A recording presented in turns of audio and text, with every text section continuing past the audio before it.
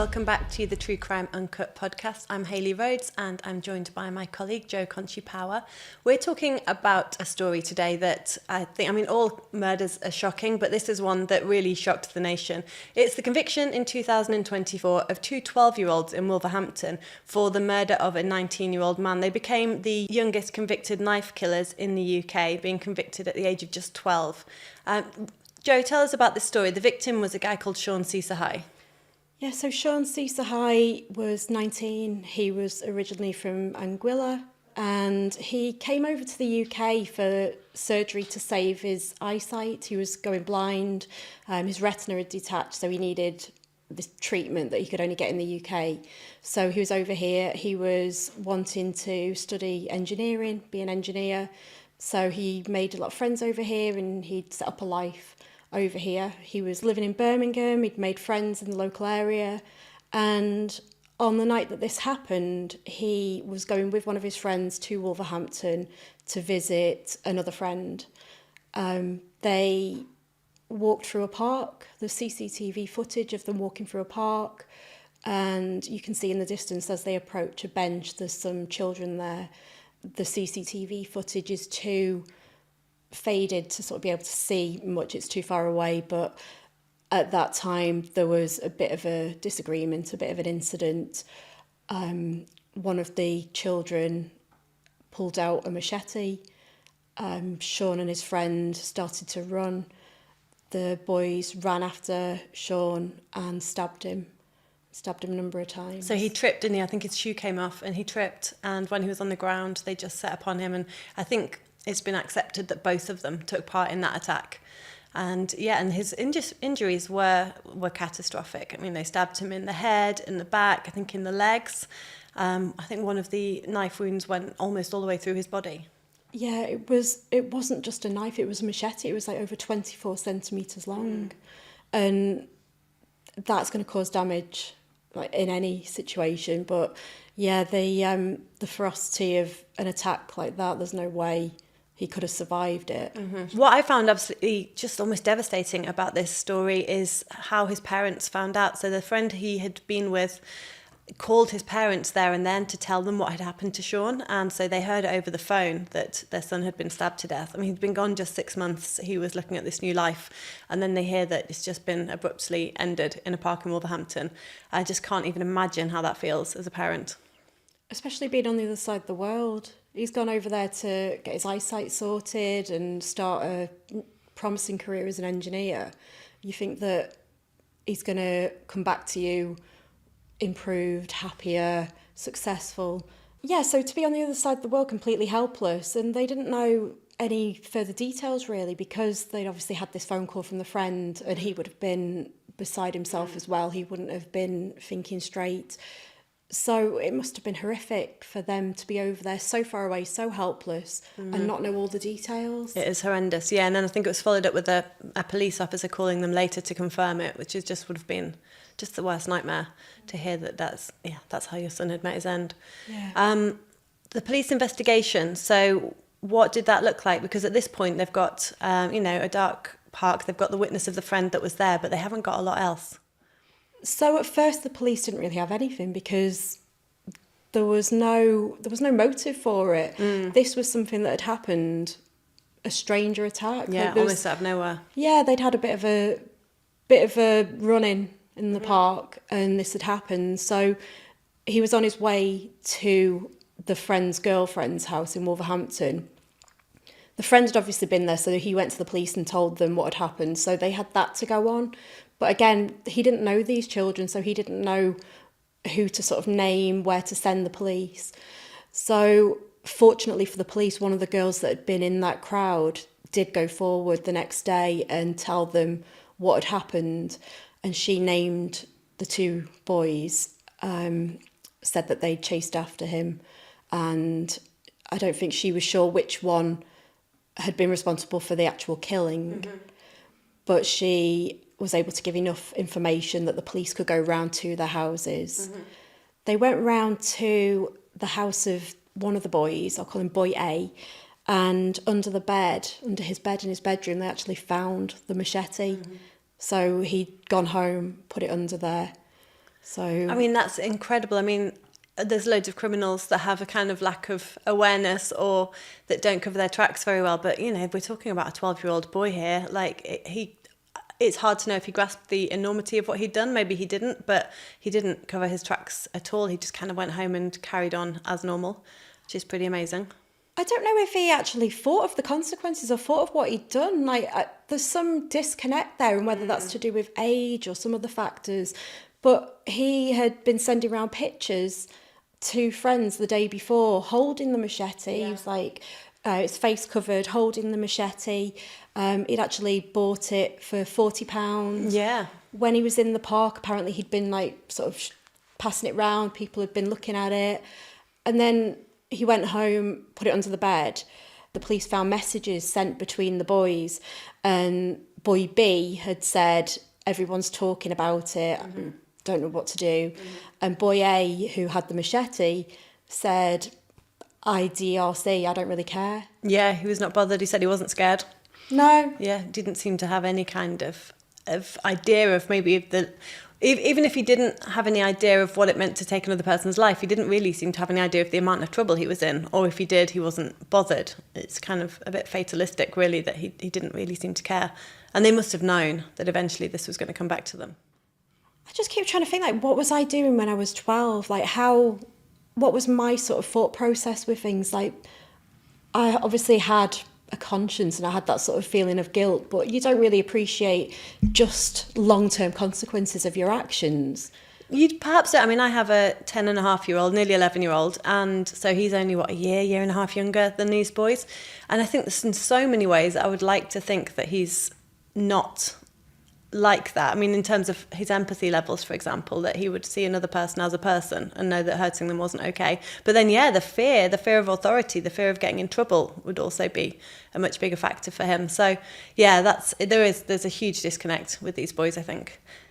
I think what grabs me about it is that they probably didn't mean to kill him. A lot of young children who carry knives do it for status and do it for different reasons, not with the intention to kill somebody. And again, they probably hadn't thought that far ahead. No, although there are different versions of whatever this altercation was, like both from each of the boys, but also from the witness, from Shawn Seesahai's friend that was there. There were different versions of how the altercation started, but it does feel that if you go out with a machete shoved down your trousers into a park where you're then approaching strangers in the dark, there must be some intent to cause harm. Like, it doesn't feel like they were backed into a corner. No, from what I could tell from the statements, and the two boys, when they got to court, they did blame each other. They tried to blame each other on who was actually responsible. But from the general sort of thing was they were in the park. Shawn and his friend had walked over, asked them to move. I don't know if they were blocking the pavement, but they asked them to move and the boys wouldn't. And there was a bit of a to-do. Now, to me, at any age, that doesn't warrant killing someone. So you've got to look at what are the factors in those boys' lives that led to that. Yeah, and we don't know that much about their backgrounds, do we? We know one of them was being raised by his grandmother rather than his parents. And I don't know if that's the same one. One of them had been kind of groomed by local gangs and had been encouraged to carry a knife by other people locally. I don't know if that is the same one. It's really hard because with them not being named because of their age, there's a lot of details that couldn't be released about them as well. So there's a lot that we don't know as members of the public. We won't know sort of what their backgrounds really are. But one of the boys was classed as being groomed. He lived with his grandma. He was he'd been being groomed by older children. He'd had knives. And then the other boy was described as being quite mature for his age. Whether they were quite streetwise or however the sort of phrasing of mature would translate. Yeah, I mean, it could mean a few different things, really, because it doesn't necessarily mean you're emotionally intelligent, but it might mean that you spend a lot of time kind of looking after yourself, fending for yourself. They probably are not a rarity among 12-year-olds, but they probably weren't living the life that a lot of 12-year-olds are living, maybe without the level of kind of stability and parental guidance maybe that a lot of 12-year-olds have, and maybe they haven't for a long time. And maybe that's the only way of understanding why a 12-year-old would be capable of doing something like this, is because their life hasn't been what a child's life should perhaps be. But there's gangs and stuff that prey on that sort of vulnerability. You get the county lines gangs that purposefully zone in on children like that. Absolutely. Because they know that they can be those role models and they'll look up to them, and then eventually they can start getting them to do things like, oh, just take this package across over there. It's true. I used to live in East London in a not super desirable area, and I used to look out my window and see cars like 4x4s and Hummers pulling up, and they'd hand stuff out the window to the little boys that lived on the estate, and it was just literally happening out in the open before your eyes. So the judge, there was an application by the press to be able to name these two boys during the trial and after the trial, and the judge turned down the application, which is really interesting. And I think the reason that she gave for that is, firstly, at such a young age, you would hope there's a strong chance of rehabilitation. You would hope that something could happen while they're detained that would mean that they come out better people. And if they're named, then there's much less chance of that happening, I think. But also just because it was such an abhorrent crime and it must have caused so much outrage locally, that they and their families would have no chance of a normal life, and actually might put their families at risk, I suppose. So I think that was the reasons, because obviously there's, from the press perspective, there's kind of public interest in naming these two people. But then if you go back to the early 90s when James Bulger was killed, they did name the children in that case, and they gave their surnames and showed pictures of them as well. So I think it's down to sort of judge discretion. So with the two boys in that case, Thompson and Venables, they were actually younger than the two boys in this case. And they've been given different identities to protect themselves once they got to age where they were being released. Now, in that case, one of them was rehabilitated, I believe. There's been no reports. Yeah, as far as we know. Yeah, there's been no reports that he's gone back into any offending. So rehabilitation was a success in that case. But the other one has gone on to commit more and more crime. He's been backwards and forwards. Yeah, I think he's back inside at the moment. And offences to do with child sexual abuse imagery. So there's clearly an ongoing issue there that they haven't managed to resolve while he was inside. So you've got two very clear examples then of the same murder. One of them has gone down a path of growing up, getting their life together, being rehabilitated, and the other one not doing. And they've obviously been treated in the same way. They were sentenced at the same time. They've been through all the same situation. So I suppose there is hope when they're that young for that rehabilitation. Absolutely. I mean, I suppose in an absolute best case scenario, that the environment of being in detention might be the stability that they need. But I think it does depend on that environment, because a lot of what you hear about young offenders institutions isn't necessarily providing constructive environment that children need. So the mother and father of Shawn's mother and father came over from Anguilla for the trial. They watched it all, they heard all the details they obviously didn't want to hear. They were pushing for a full life sentence. They didn't want these boys to ever be released. But obviously that's not the way the justice system works in the UK. They got 8 years, a minimum of 8 years each. It's not called a life sentence at their age, it's called detention at His Majesty's pleasure, but it was a minimum 8-year term. And then there was an appeal saying that that was unduly lenient, and it was increased to 10 years minimum. Actually, what's interesting is that Shawn Seesahai's father, when I've heard him speak, he's shown so much empathy towards them and their families. He's said that while he's obviously devastated and they've done something absolutely heinous to him and his family, that he feels sorry for these boys and he feels sorry for their families, which shows just a kindness that I'm not sure all of us would be capable of in those circumstances. So the interviews that I've seen with Shawn's mum, I think that her sort of outlook on it is probably how I think I would be. And she's saying that those children have been sent away for the murder, but they're going to be out in their early 20s, and Shawn will never make it to 20. He was 19 when he was killed, and he'll never, ever be able to live his 20s, live his 30s, go on to get married, have children, be the engineer that he wanted to be. all of those things that she wanted for her son, when these children who killed him are released, they're going to be in their 20s and they've got their lives ahead of them. Now, from a justice point of view, that's how the justice system works, and that's great. We need to have justice. But for her, that must be really hard to ever sort of get her head around. Yeah, and I understand that instinct. I think all of us like the idea of dispassionate justice, but until something happens to someone that we love, and then we're probably a little bit less measured about it. But I think that for the sake of society, it has to be that way. I don't think these will be the last children to do this. You hear about it all the time still, like older kids, but the fact that younger kids are doing this. I saw an interview with someone who works with youngsters in the sort of preventing knife crime field, and he said that he came across a 9-year-old that was carrying a knife. And I wouldn't even let my children out on the streets at night. No. The knife crime thing's so interesting because I know that people in America, when we've kind of filmed over there, they'll actually mention it like, oh, Britain, you've got a really big knife crime problem. And I always think, hang on a minute, we've got guns. But it clearly is an issue that that people are aware of. And it does feel increasingly like it is a big problem that somebody needs to get a grip of. But why has it become such an epidemic, like knife crime? Why are children taking knives out onto the streets? Why has it become kind of the thing to do in the younger, well, not just younger, but why has it become a thing that people do? Yeah, and the thing is, it can't just be a status thing. I know that there's this idea that it's all to do with drill music and it's a status thing that you carry a knife. But to me, that I feel like you don't often carry a knife without having some thought in your head that there might come a point where you feel compelled to use it. So it can't just be about, oh, look at this amazing machete that I've got. There's got to be, people must still have an awareness that if you carry a knife, then there's going to be a point at which someone gets hurt. I heard an interview with a rapper, and he used to be in a gang, and he was saying that drill music gets blamed a lot, but you never hear about people being stabbed coming out of concerts, drill music concerts.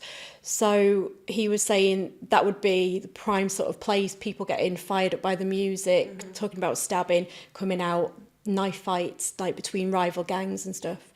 But he was saying some people that he knows that have been involved in knife crime don't listen to drill music. They listen to things like Chris Brown. Yeah, like and I actually quite like drill music and have not yet carried a knife. So I don't think the correlation is quite there. Yeah, and I think that it's hard to tackle it. It's one of those things that the government tries to, but one of the initiatives that Boris Johnson did in his run as Prime Minister was to put anti-knife crime things on boxes of chicken in like places around London. And I don't know, it seems quite patronising, and I don't think anyone who would carry a knife would go in, buy some chicken and think, oh, actually, yeah.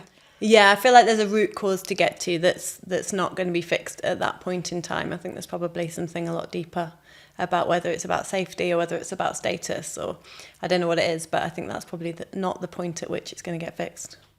I think maybe if people realise the consequences more, because I think that people may carry these knives for status or for protection, they don't necessarily always think, oh, I might kill someone with this. No, maybe it's a perception of consequence because the sentences keep increasing for carrying a bladed article or for killing someone. I think the minimum tariff, if you take a knife somewhere and then kill someone with it, is 25 years. So that's the kind of starting point of sentencing guidelines. So the sentences are getting harsher, but I don't know I think knife crime's going up rather than down. Yeah, Brooke Kinsella, her brother. Brooke Kinsella was the actress on EastEnders. She acted in a few other things. Her brother was killed when he was 19 as well. That was another stranger attack. He was in a pub one night with his friends. I think they were celebrating the end of their exams. There'd been a fight in the pub. Some of I think they were 19, 20, they left, got knives and came back and chased the boys that were in the pub. Ben Kinsella was one of the ones that was chased, and unluckily for him, he was stabbed. He was taken to hospital and they tried their best to save him, but they couldn't. And again, that was wrong place, wrong time. It gets me wondering whether it is this. I mean, we saw it with the drama Adolescence, which has had everyone talking a lot recently. But is this about masculinity? Is it about status? I mean, to leave after a fight, get weapons and come back? What is it you're trying to achieve there? Have you felt so threatened, so kind of disrespected by the scenario that's just occurred? And the same with Shawn Seesahai's killers. They were in a park, there was some kind of altercation. Did these 12-year-old boys feel so disrespected by that scenario that they had to do something that extreme? So are we coming back to toxic masculinity? I don't know, because you don't really hear about female knife killers. There are some, but in terms of like gangs on the streets and these sort of things happening, it does tend to be men that we hear about, children, boys, who are carrying the knives and are doing this. And it isn't just boys, but again, yeah, maybe it is to do with masculinity, maybe it's status, that sort of gang culture. If some of these children haven't had that role model, a strong sort of male role model in their life, and they're looking for that in other people who maybe aren't the sort of people you should be looking up to because they're carrying weapons themselves and engaged in all kinds of stuff, then obviously they want to emulate that behaviour, they want to impress them. So maybe a lot of it is down to grooming and those sort of circles. One of the things that I found really upsetting about Shawn Seesahai's family is that they're not rich people. They're very ordinary people in Anguilla, and they had to spend their life savings on repatriating his body back to Anguilla, where they had him cremated and scattered his ashes on a beach that he absolutely loved near his home. They then had to get a loan to come and attend the trial, and they were in so much debt that they weren't able to come back for sentencing because they physically couldn't find the money for it. And as of the last kind of news item I heard about it, they hadn't been entitled to any compensation. So they not only lost their son, but they'd found themselves in really difficult financial straits as a result of the actions of these two boys. Oh, it's shocking, isn't it? And the fact that they couldn't attend the sentencing as well. It's like you've been through all of the trial, and it's kind of, you want that conclusion, you want that closure, some hope, something positive. So they're going to be released potentially as soon as 2033, once they've served their minimum term of 10 years. Obviously, they'll have to go through the parole process. They'll have to prove that they really have been rehabilitated, which is interesting because I know that one of them, at least, there was a suggestion that he hadn't shown much remorse up until that point. But then again, that's not unusual. I think often people are quite numb through criminal proceedings and they don't show a lot of their emotions. And actually at that age, it probably will take some processing to realise the enormity of what he's done. But, potentially 2033, they could be out on the streets. Yeah, I think that as they're going through their sort of major life moments that they would be having on the outside, like going to a different school, leaving school, going to college, doing the things that people would be doing, having missed all of that by being locked away, you would hope that would have some impact on them as to knowing that they don't want to be ending up back inside. And hopefully there's some pretty heavy duty counselling that goes on when you're inside. Like, you would hope that people are working with them really closely to try and get them to understand what they've done. Yeah, and hopefully they're not being influenced by other people that they're meeting and mingling with on the inside, because that's also something that you have to watch out with at any age. Once people go into prison, are they becoming worse by associating with people who they want to impress, who they're learning from? So yeah, it's one way or the other, really. So they will be on life licence though when they come out. It's not like they just come out and just get to go and live free of kind of supervision. Yeah, for the rest of their lives they're going to be monitored, and if they do anything wrong, then they will end up back inside. So it could push them onto a path of being even more well-behaved than they probably would have been if they hadn't have been sent down. Yeah, that's true. Yeah. Yeah, fingers crossed. Yeah, it's hard, isn't it? You've got to try and find the hope in such a horrible situation, because it is horrible. It's like they're the youngest children the youngest people to have ever killed anyone with knives. But you do kind of have to appreciate they are still children. Can they go on and change their own lives? Their families have suffered. Shawn's family have suffered, and obviously Shawn himself has lost his life. There's no winners in any of it, but you kind of do have to have a bit of hope that there will be some positivity in the future for them and for everyone else. Thanks, Jo, and thank you to everyone who's joined us, and we'll see you next time on the True Crime Uncut podcast.